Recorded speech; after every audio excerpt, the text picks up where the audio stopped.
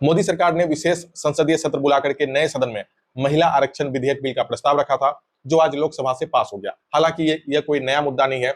इससे पहले भी कई बार यह प्रस्ताव लाया गया था, लेकिन यह दोनों सदन से पारित नहीं हो सका था। इस बार तो लोकसभा से पास हो गया है, अब बारी है राज्यसभा की। वहीं विपक्ष की कुछ पार्टियों ने इस बिल का खुले तौर पर समर्थन किया, तो कुछ पार्टियों ने महिला आरक्षण विधेयक का समर्थन करते हुए भी उसमें कुछ कमियां निकाल दी। आज बिहार के मुख्यमंत्री नीतीश कुमार ने भी महिला आरक्षण विधेयक पे अपनी प्रतिक्रिया दी, क्योंकि बिहार में भी नीतीश कुमार हमेशा यह कहते हैं कि बिहार में महिला आरक्षण पे सबसे ज्यादा काम किया गया है, क्योंकि महिलाओं को बिहार में 35% का आरक्षण अलग अलग नौकरियों में दिया गया है।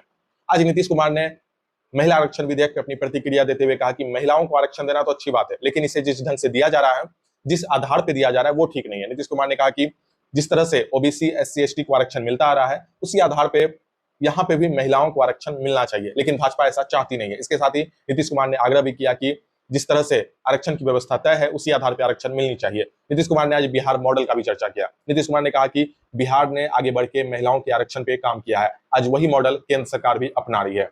इसके बाद नीतीश कुमार ने 2006 का जिक्र किया कि 2006 में पंचायती चुनाव में महिलाओं को आरक्षण मिला। उसके बाद 2007 में नगर निकाय चुनाव में भी महिलाओं को आरक्षण दिया गया। तो वहीं दूसरी तरफ जदयू के राष्ट्रीय अध्यक्ष ललन सिंह ने महिला आरक्षण विधेयक को भाजपा का छल बताया।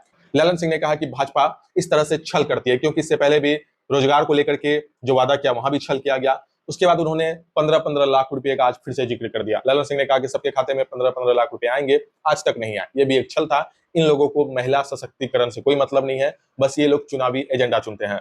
इस सरकार को सिर्फ अपनी कुर्सी से मतलब है, कुर्सी के लिए ये कुछ भी कर सकते हैं। ललन सिंह ने इशारों में मोहन भागवत पर भी निशाना साधते हुए कहा कि उन्होंने आरक्षण पर पुनर्विचार करने की बात कही थी। आरक्षण क्या कोई आपकी कृपा से है, ये संविधान के प्रावधानों के अनुसार है। महिला आरक्षण तो जरूरी है, तो हम तो शुरू से मांग कर रहे हैं। आप लोग अगर देखिएगा तो पौराणिक जब हम पार्लियामेंट में थे तभी से हम लोगों का ये है, तब हो रहा अच्छी बात है, लेकिन इसके साथ साथ हमने बहुत सारी बातें कह दी है, ये लागू तो करेंगे नहीं। छलने का काम किया और इस बार इस देश की महिलाओं को ये छलना चाहते हैं। इनकी मंशा नहीं है। अगर इनकी मंशा होती तो 2021 में इन्होंने जाति आधारित जनगणना प्रारंभ कराया होता। इसलिए कि इस देश की मांग है, इस देश की आवश्यकता है कि जाति आधारित जनगणना आप कराएं, और इस सदन में मांग होती रही, आप नहीं कराए, इसलिए कि आपको कराना नहीं। आप गरीबों को, अति पिछड़ों को प्रति न्याय करने में आपका विश्वास नहीं है, आपका भरोसा नहीं है।